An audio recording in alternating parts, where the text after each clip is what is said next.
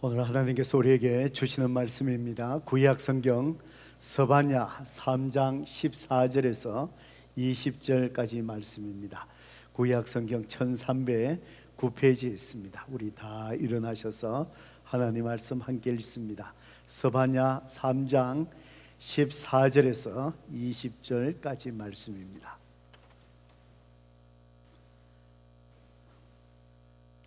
구약 성경 1309페이지에 있습니다. 스바냐 3장 14절에서 20절까지 말씀 우리 찾으셨으면 한 목소리로 하나님 말씀 함께 읽겠습니다. 시작. 시온에 따라 노래할지어다. 이스라엘아 기쁘게 부를지어다. 예루살렘아 따라 진심으로 기뻐하며 즐거워할지어다. 여호와께서 네 형벌을 제거하였고 내 원수를 쫓아내었으며 이스라엘 왕 여호와가 너 가운데 계시니 너가 다시는 화를 당할까 두려워하지 아니할 것이라. 그날에 사람이 예루살렘에 이르기를 두려워하지 말라. 시온아 네 손을 너릇뜨리지 말라. 너의 하나님 여호와가 너희 가운데 계시니 그는 구원을 베푸실 전능자시라. 그가 너로 말미암아 기쁨을 이기지 못하시며 너를 잠잠히 사랑하시며 너로 말미암아 즐거이 부르며 기뻐하시리라 하니라. 내가 절기로 말미암아 근심하는 자들을 모으리니 그들은 내게 속한 자라. 그들에게 지워진 짐이 치욕이 되었느니라.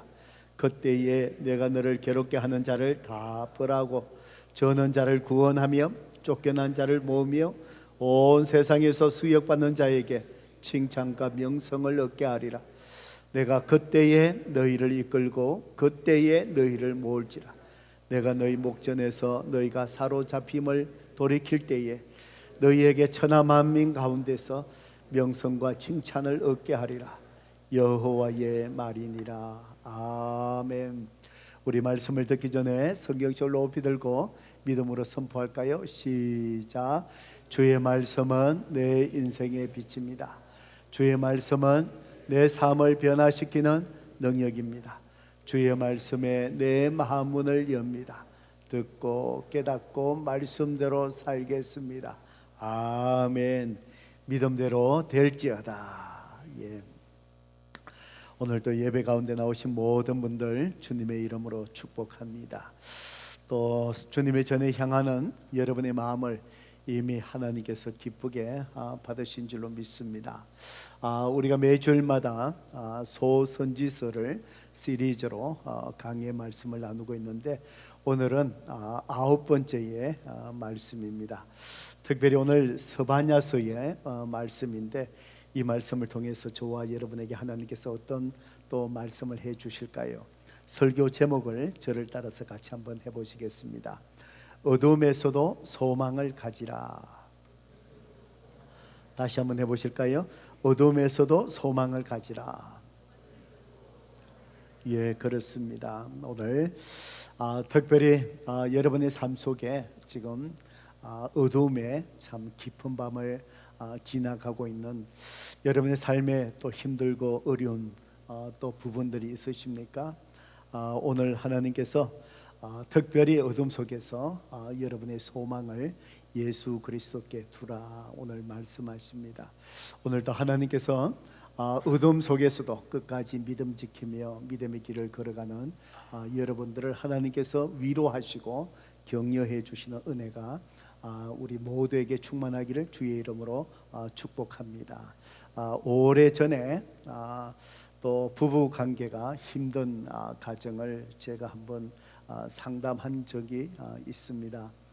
그때에 힘들어하시는 아내에게 제가 조심스럽게 물어보았습니다. 무엇이 가정생활에서 가장 힘들게 하십니까? 무엇이 가장 힘드십니까? 라고 물었습니다. 저는 아직까지 그 남편 되시는 분이 자기 삶의 자리를 제자리 아직까지 뿌리를 잘 내리지 못해서 또 힘들고 어려운 생활고 속에서 참 힘들겠다라는 그런 대답을 하시겠다라는 기대감 속에서 이런 질문을 이렇게 한번 던져보았습니다. 그런데 그 아내가 대답하는 그 대답은 제가 기대한 것과는 완전히 다른 대답을 하셨습니다. 그 아내가 힘들어하는 것 대답하기를 이렇게 말합니다. 남편에게서 미래에 대한 희망을 보지 못하는 것이 참 힘듭니다. 그런 말씀을 저에게 하셨습니다. 지금 생활 속에서 여러 가지 겪는 어려움들, 아픔들, 이런 것들은 다 견딜 수 있을 것 같은데 남편을 바라보니 남편의 미래에 전혀 소망을 내가 갖지 못하고 희망을 바라보지 못해서 그것이 저를 참 힘들게 합니다 라는 그런 말씀을 하셨습니다. 예, 그렇습니다. 그분에게만 그렇게 했습니까? 우리가 살아가는 우리의 인생 속에서 소망이라는 것이 우리의 삶을 지탱하는 근육과도 같습니다. 우리의 다리에 근육이 풀어지면은 어떻습니까? 예, 우리가 더 이상 걸어가야 될 길을 걸어가지 못하지요.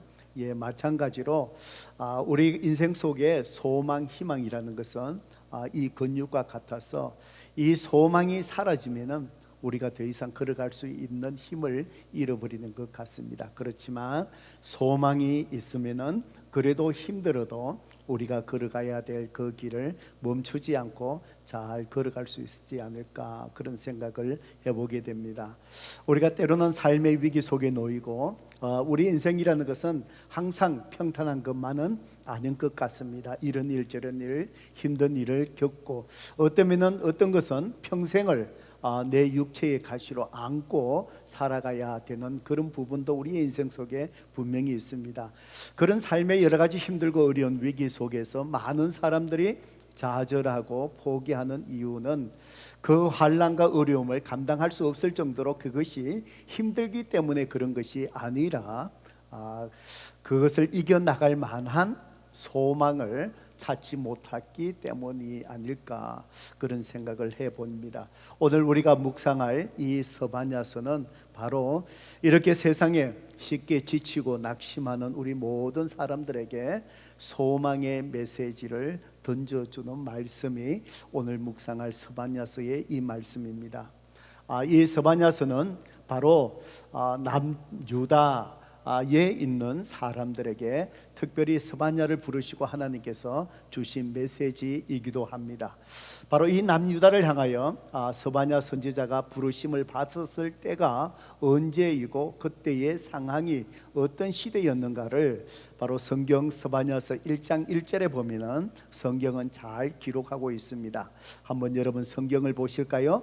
1장 1절에 보니까 아몬의 아들 유다 왕 요시야의 시대에 스바냐에게 임한 여호와의 말씀이라.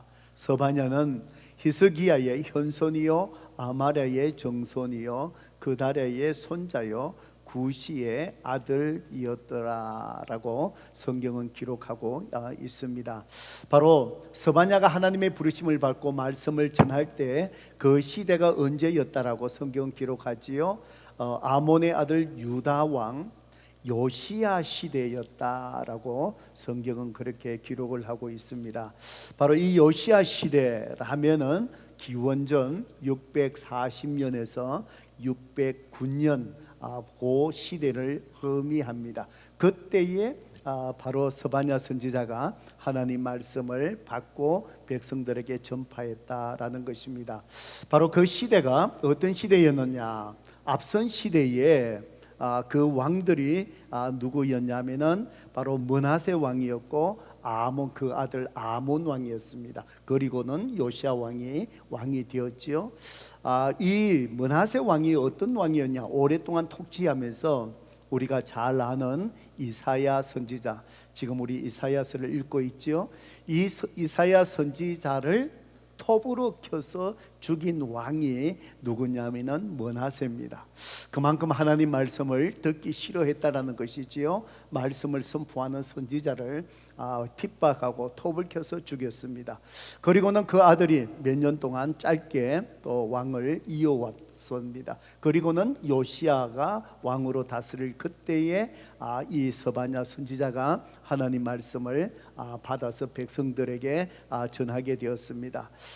그러다 보니 이 앞선 악한 왕들의 시대를 거쳐오다 보니까 유다 백성들이 도덕적으로 영적으로 그 시대가 다 무너지고 정말 암울한 암흑 시대를 거쳐오며 살아가고 있었습니다. 많은 사람들이 하나님을 향한 신앙을 다 떠나버리고 우상을 섬기면서 또 하나님의 품을 다 떠나가고 있었습니다. 그 반면에 또 이 남유다에 처한 주변의 상황이 그렇게 녹록지를 못했습니다. 이미 북쪽에 있는 북왕국 이스라엘은 아수르라는 나라로 인하여 벌써 이미 멸망을 당한 상태였습니다. 그런데 이 아수르가 아주 강한 나라로서 힘을 자랑하다가 서서히 이 나라에 힘이 기울어 가고, 그 반면에 남쪽에 있는 바벨론이 서서히 강대국으로서 힘을 발휘하기 시작하는 그런 주변의 정세 속에 또 이 남유다가 놓여 있었습니다. 그러다 보니 어떻게 될 것인가, 복잡한 이 주위 강대국의 세력의 변화에 따라서 남유다가 또 불안한 가운데 놓여 있는 그런 시대였습니다. 바로 그때에 하나님께서 그 시대를 흔들어 깨우기 위해서 스바냐라는 한 선지자를 하나님께서 부르셨습니다. 그리고는 그 시대 백성들에게 하나님께서 말씀하셨습니다. 바로 이 스바냐 선지자는 남유다 백성들을 향하여 이 암울한 시대에 유다와 이방인들에 대한 하나님의 심판의 메시지를 전했습니다. 그래서 이 스바냐서를 읽어보면은 여호와의 날, 여호와의 날이라는 그 말이 굉장히 많이 반복이 됩니다. 그때에 그 날에 바로 여호와의 날을 의미하지요. 이것이 계속해서 반복되어 나오는데 이 여호와의 날은 바로 어떤 날을 의미하느냐? 하나님의 심판의 때, 심판의 날을 의미합니다. 그래서 이 스바냐의 이 메시지를 정리해 보면은 이렇게 한 문장으로 정리할 수 있습니다. 너희들은 곧 하나님의 심판을 당할 것이다. 그러나 내가 다시 회복해 줄 것이다. 회복될 것이다. 이 날은 믿음을 저버리는 자, 하나님을 떠난 믿음을 저버린 자에게는 무서운 심판의 날이 될 것이고, 그렇지만 경건한 남은 자들, 즉 하나님을 끝까지 의지하며 모든 사람은 다 하나님을 떠나간다 할지라도 그 믿음을 외롭게 지키며 끝까지 경건한 하나님의 백성으로 남아있던 이 남은 자들에게는 그 날이 여호와의 날이 구원의 날이요, 감격의 날이요, 기쁨의 날이 될 것이다 라는 소망의 메시지입니다.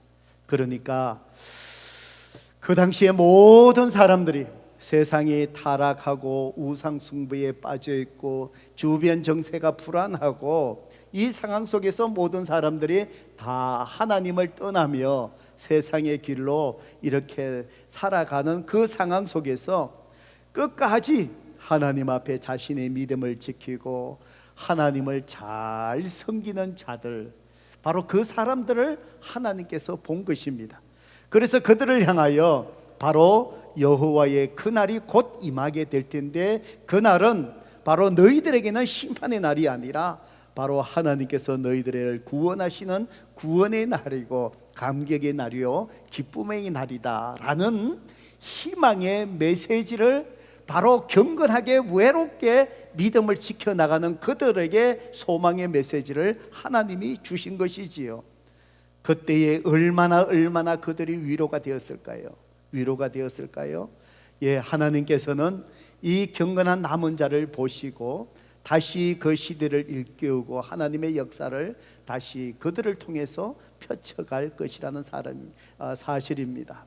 여러분, 그래서 이 스바냐서의 이 말씀은 모든 사람이 하나님을 떠나가는 절망한 이 시대 속에서 바로 남은 자로 살아가는 것, 그 믿음을 지키며 살아가는 것, 그것이 좁은 길이고 외롭게 보이는 신앙의 길이라 할지라도 그것이 외로운 길이 아니라 축복의 시간이고 축복의 길이고 바로 남은 자의 축복을 누리는 길이다 라는 것을 오늘 저와 여러분에게 하나님께서 말씀해 주시는 메시지입니다.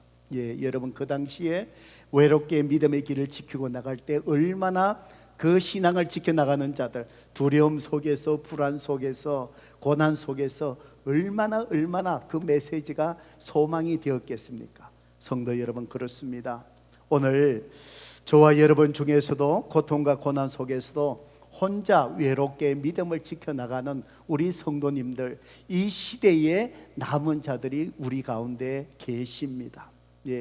여러분, 가족들이 하나님 앞에 바르게 신앙생활을 하지 못하고 영적으로 방황하고 있는데 그래도 내 가정을 믿음으로 지켜야 된다라는 것, 그 하나, 그 바람과 소망을 가지고 끝까지 외롭게 가정 속에서 홀로 믿음을 지켜나가는 남은 자들 우리 가운데 또 계실 것입니다.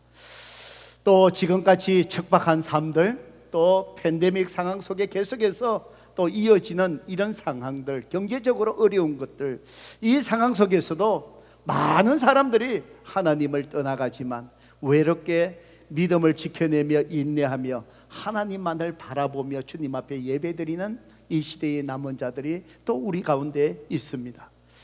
건강의 육체의 가시와 같은 건강의 아픔들, 삶 속에 아직도 해결되지 않는, 어쩌면 그것이 내 평생에 한평생 내가 품고 가야 될 육체의 가시 같은 그 아픔, 고통을 안고 비록 살아가지만 그럼에도 불구하고 내 믿음을 포기하지 않고 하나님 앞에 신앙의 길, 믿음의 길을 걸어가는 우리 가운데 남은 자들 우리 가운데 많이 있습니다. 여러분, 그렇습니다. 세상을 쫓아가는 사람은 참 많이 있습니다. 다수를 이루는 이 시대에.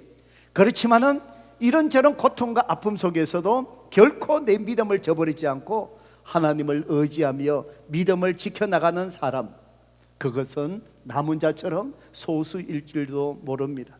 그렇지만 그렇기에 신앙의 길은 외로운 길이고, 그러기에 신앙의 길은 주님께서 말씀하신 것처럼 십자가의 그 길이 좁은 길이라고 말씀하시는 것이 아니겠습니까? 그럼에도 불구하고 성도 여러분, 우리는 신앙으로 좁은 길을 걸어가는 바로 신앙의 남은 자가 되셔야 합니다. 왜냐하면 오직 예수 그리스도만이 우리의 소망이 되시기 때문입니다. 바로 우리가 남은 자로서의 바로 그 신앙을 지켜나갈 때 바로 남은 자만이 누릴 수 있는 바로 좁은 길 속에, 외로운 길 속에 삶의 축복이 있기 때문입니다. 오늘 우리가 읽었던 이 3장의 일부만 읽었지만 이 말씀을 통해서 정말 우리가 이 남은 자의 삶의 신앙의 길을 걸어갈 때 어떻게 소망 속에 걸어가야 되는지를 말씀해 줍니다. 또 남은 자들이 누릴 바로 그 신앙의 길에서 축복이 무엇인지 오늘 하나님께서 우리에게 두 가지로 말씀해 주십니다. 첫 번째로 우리는 남은 자의 길을 어떻게 걸어가야 될까요? 14절과 15절의 말씀입니다. 우리가 힘들더라도 원망하지 마라, 불평하지 마라, 원망하지 마라. 그 대신에 신앙의 남은 자의 그 길은 찬양하며 가는 길이란다. 찬양하라라고 그렇게 말씀합니다.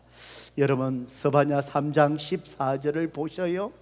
이제 힘들게 어렵게 남은 자의 신앙의 길을 걸어가는 그들을 향하여 뭐라고 말씀하십니까? 같이 읽어볼까요? 시작. 시온에 따라 노래할지어다. 이스라엘아 기쁘게 부를지어다. 예루살렘아 따라 전심으로 기뻐하며 즐거워할지어다. 성도 여러분, 여기에 보면 시온의 딸이 나오지요. 또 이스라엘아 또 나옵니다. 예루살렘 따라 나옵니다. 이 세 가지의 단어들은 같은 동격입니다. 같은 사람들을 얘기하는데 구체적으로 누구를 얘기할까요? 바로 믿음을 지켜나가는 소수의 남은 자들을 이야기합니다. 그들을 향하여 뭐라고 얘기하지요? 노래할지어다. 네가 기쁘게 부를지어다. 네가 마음을 다하여 전심으로 기뻐하며 즐거워할지로다.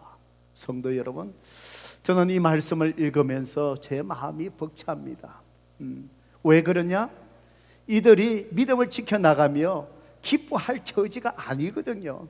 지금 기뻐할 처지가 아니에요. 지금 현재와 미래가 지금 불안한 상태예요. 앞으로 어떻게 될지를 몰라요.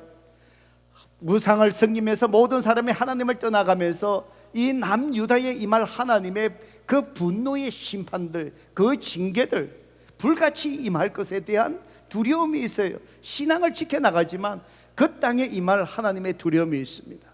실제로 이 스바냐의 예언이 끝나고 얼마 지난 뒤에 예루살렘은 바벨론으로 인하여 완전히 초토화되어 버리고 무너져 내려버렸습니다. 성도 여러분, 바로 그 상황을 정말 신앙을 지켜나가는 믿음의 사람들, 이 남은 자 소수도 그것은 피할 수가 없습니다. 완전히 초토화되는 그 상황을 피해갈 수 없는 것이죠. 그들도 그 고통과 아픔을 겪습니다. 그런데 그 불안한 미래의 그 상황 두려움 속에서 하나님은 믿음을 지켜나가는 그들을 향하여 네가 노래할지어다, 즐거워 부를지어다, 전심으로 기뻐하며 하나님을 찬양하라는 것이.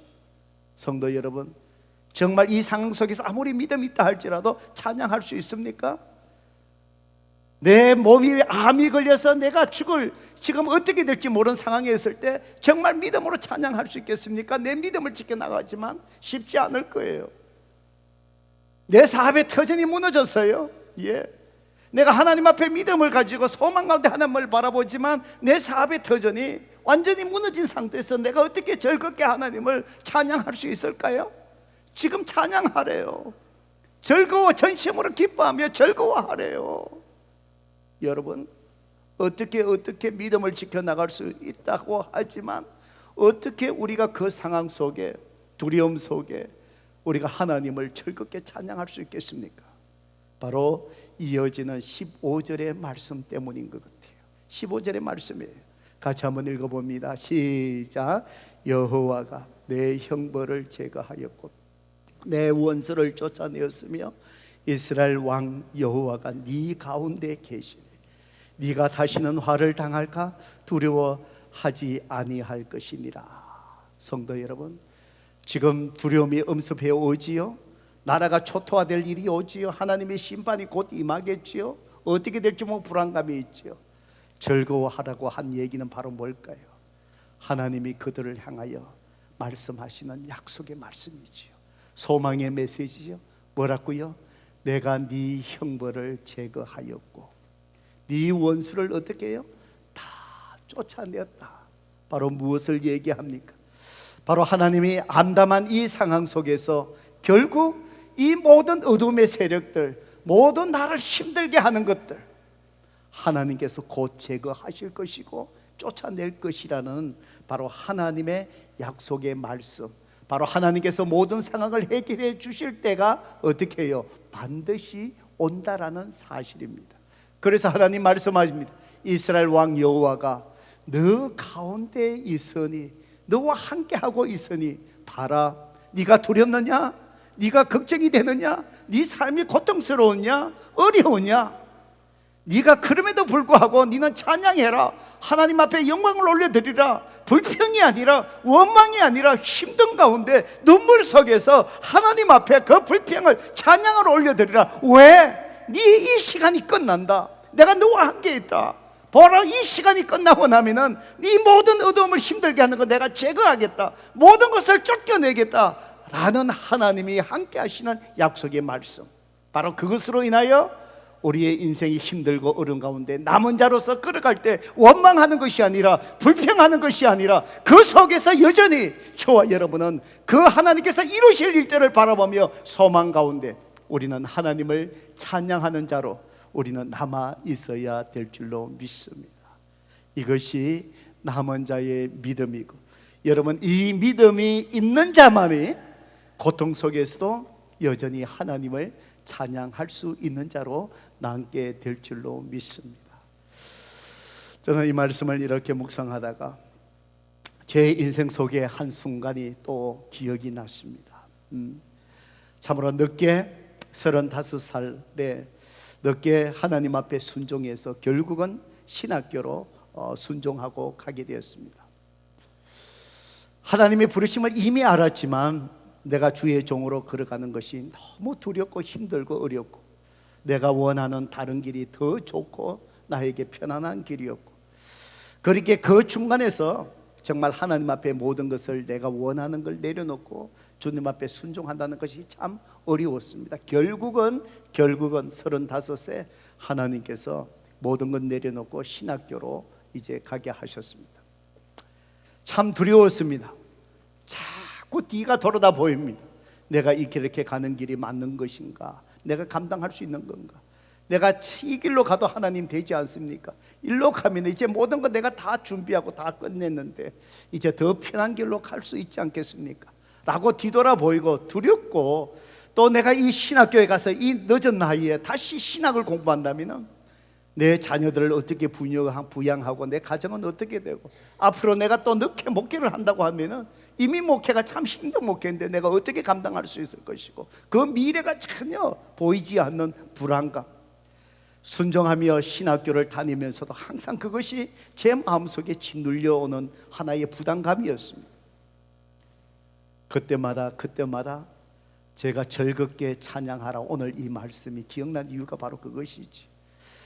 이 말씀처럼 그때마다 하나님 앞에 제가 정말 새벽마다, 정말 힘들 때마다, 뒤돌아볼 때마다, 두려울 때마다, 앞이 걱정될 때마다 그때 찬양했던 찬양이 바로 무엇이냐? 두 손 들고 찬양합니다. 참 많이 불렀습니다.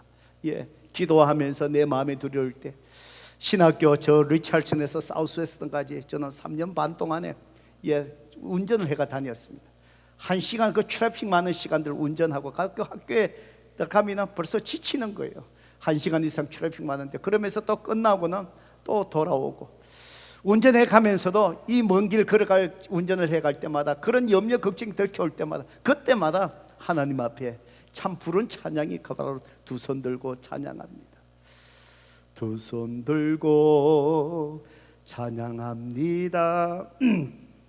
다시 오실 왕 여호와께 오직 주만이 나를 다스리네.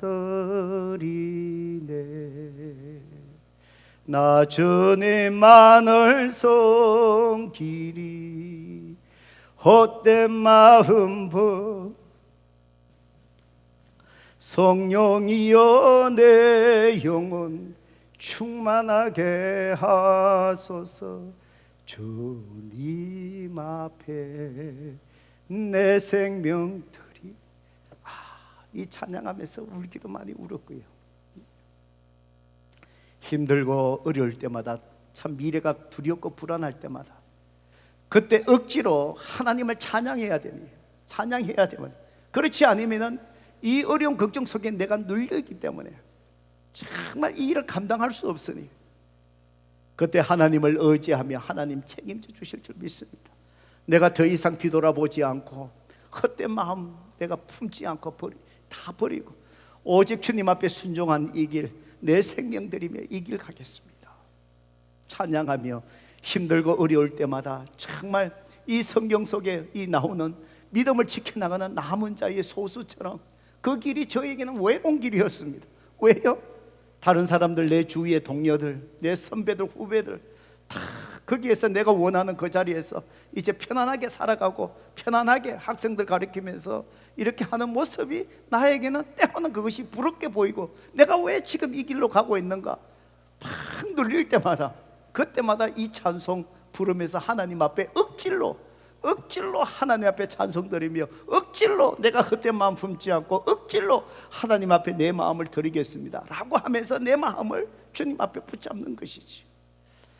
이 찬양하며 이 힘든 시간들 끝까지 뒤돌아보지 않고 다시 돌아가지 않고 믿음의 길을 걸어가며 또 목양하게 되는데 지금까지 돌아보니까 하나님께서 모든 것을 다 감당케 하신 거예요.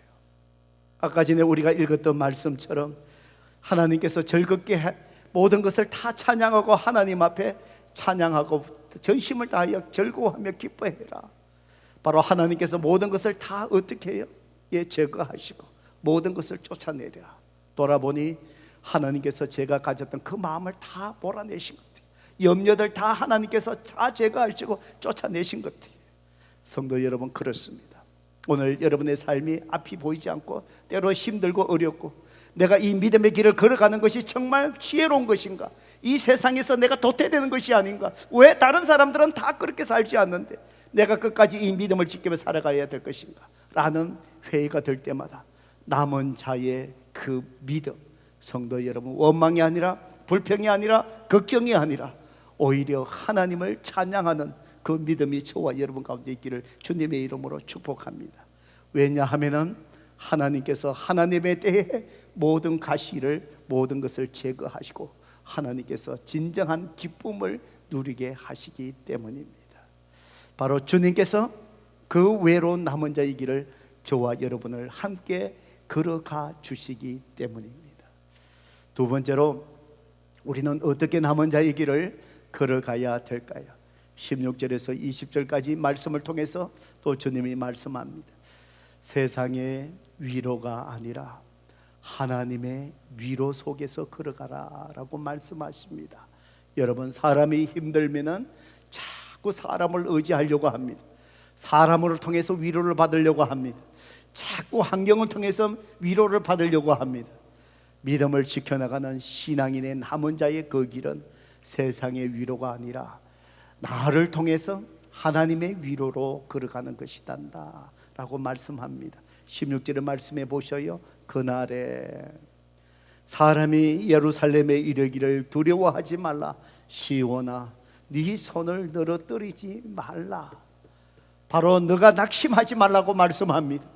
그러면서 17절 말씀 우리 같이 한번 읽어볼까요? 읽어봅니다. 시작. 너의 하나님 여호와가 너희 가운데에 계시니 그는 구원을 베푸실 전능자이시라.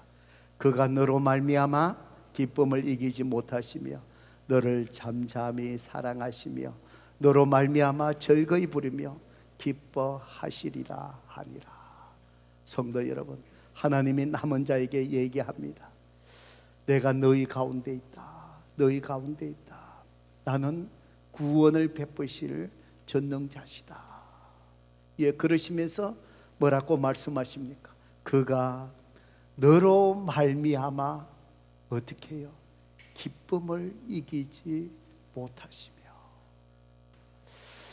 여러분, 저는 이 말씀 묵상하다가 마음이 얼마나 벅차오른지 모릅니다.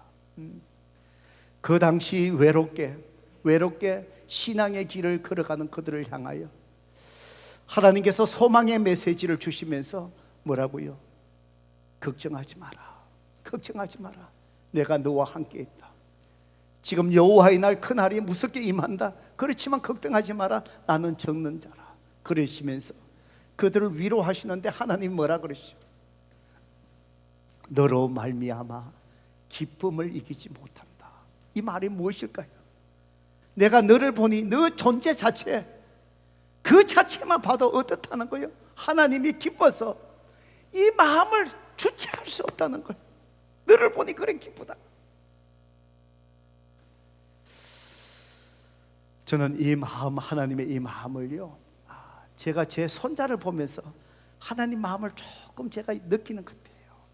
예, 제가 손자가 이래도 셋입니다. 예, 셋입니다. 셋이고 내년 2월 달에 또 하나 또 나옵니다. 예, 아직 그거는 뭐 손자인지 소년인지 아직도 모르고, 예, 내년 2월에 우리 아들 목사가 또 임신을 해서 둘째가 또 나옵니다. 예, 손자들 이렇게 볼 때마다 영상을 통해서 또 손자들 이렇게 보잖아요. 예, 이렇게 봅니다.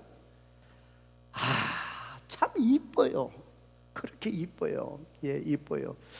옛날에 제가 손자가 없을 때에 어떤 목사님들이 이렇게 오면은 내가 묻지도 않는데 전화기 끄잡아내갖고 자기 손자 소녀 사진 보여주면서 뭘 이렇게 얘기해요.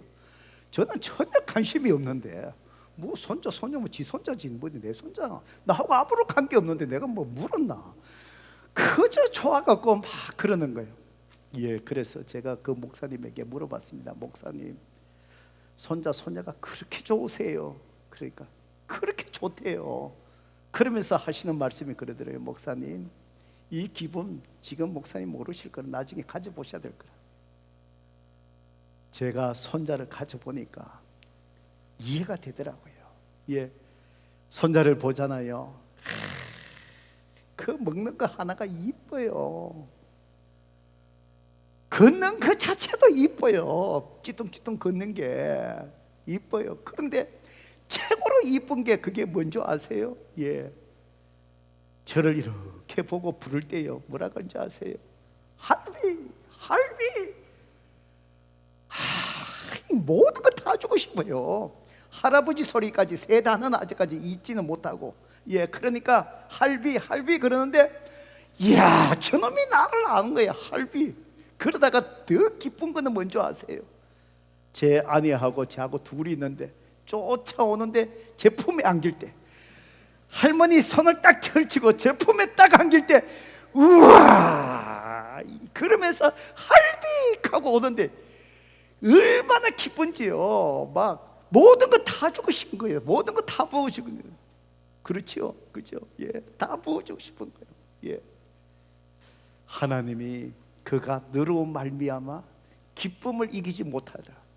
그 존재 자체, 내 손자 자체를 통해서 다른 사람이 볼 때 뭐 그래 이쁠까요? 더 이쁜 아이들 많지요. 더 많지요. 그런데 내 손자니까 그 자체가 너무 기쁜 거예요. 그 자체가.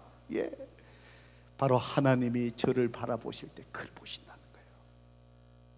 여러분, 저는 이 남은 자 스바냐의 이 메시지를 듣고 신앙을 지키며 정말 그 시대의 믿음을 지키며 살아가는 소수의 이 남은 자들, 참 위로가 됐을 것 같아요. 스바냐의 이 메시지 봐라.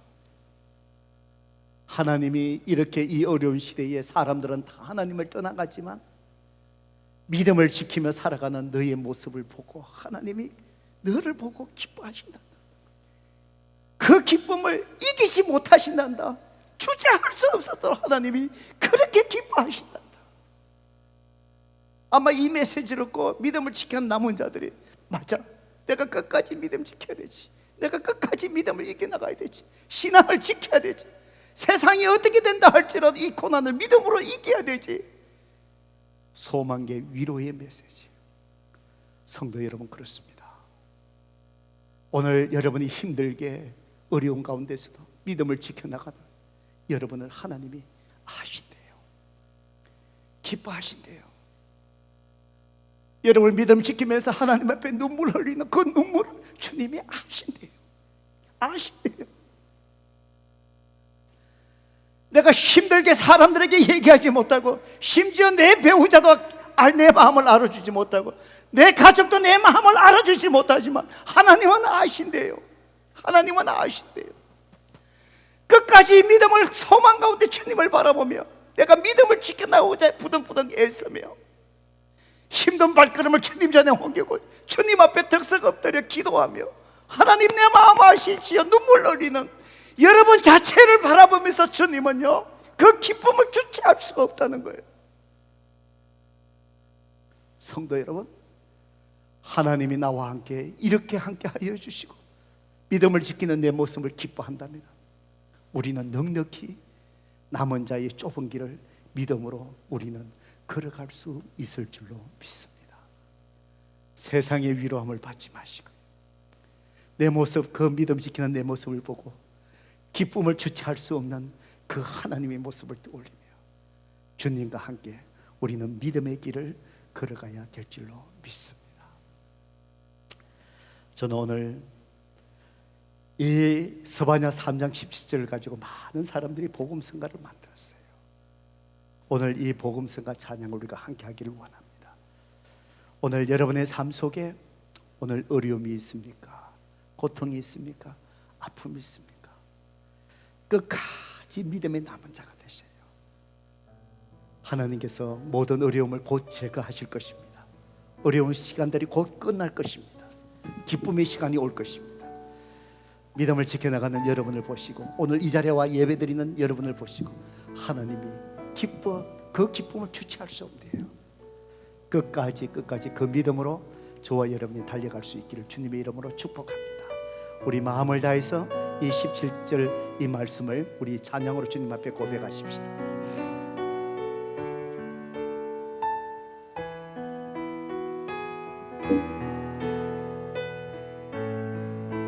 너의 하나님,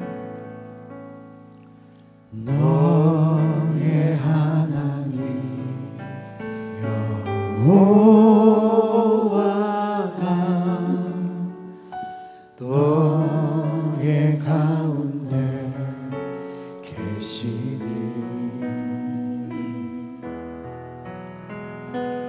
그는 구원을 베푸실 전능자시라.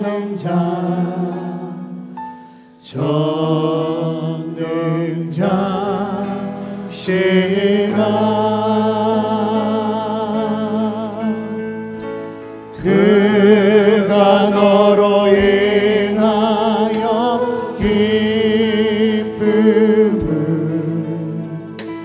이기지 못하시며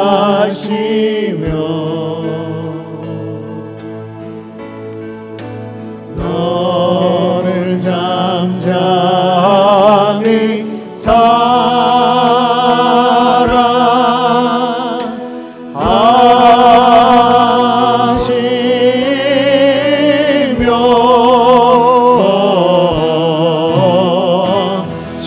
절가에 부르며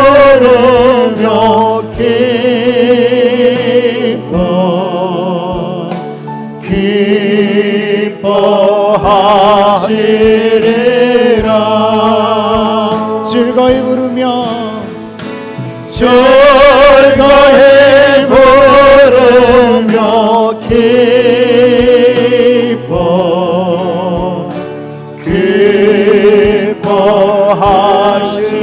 기뻐하시리라. 다시 한번 찬양할까요? 너희 하나님 여호와가 너의 하나님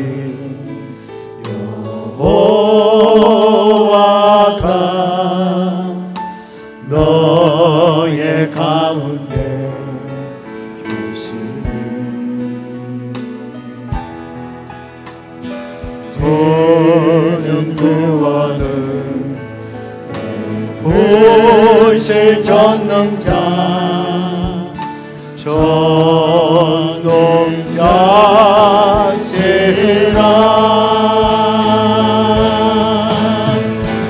그가 너로 인하여 기쁨을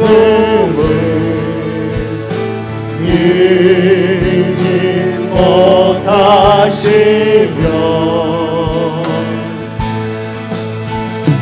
너로 잠잠히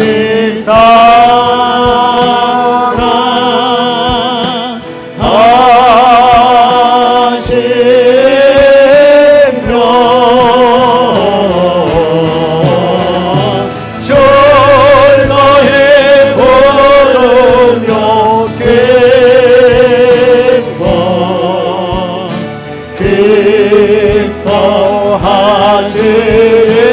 기뻐하시리라. 즐거이 절가에 부르며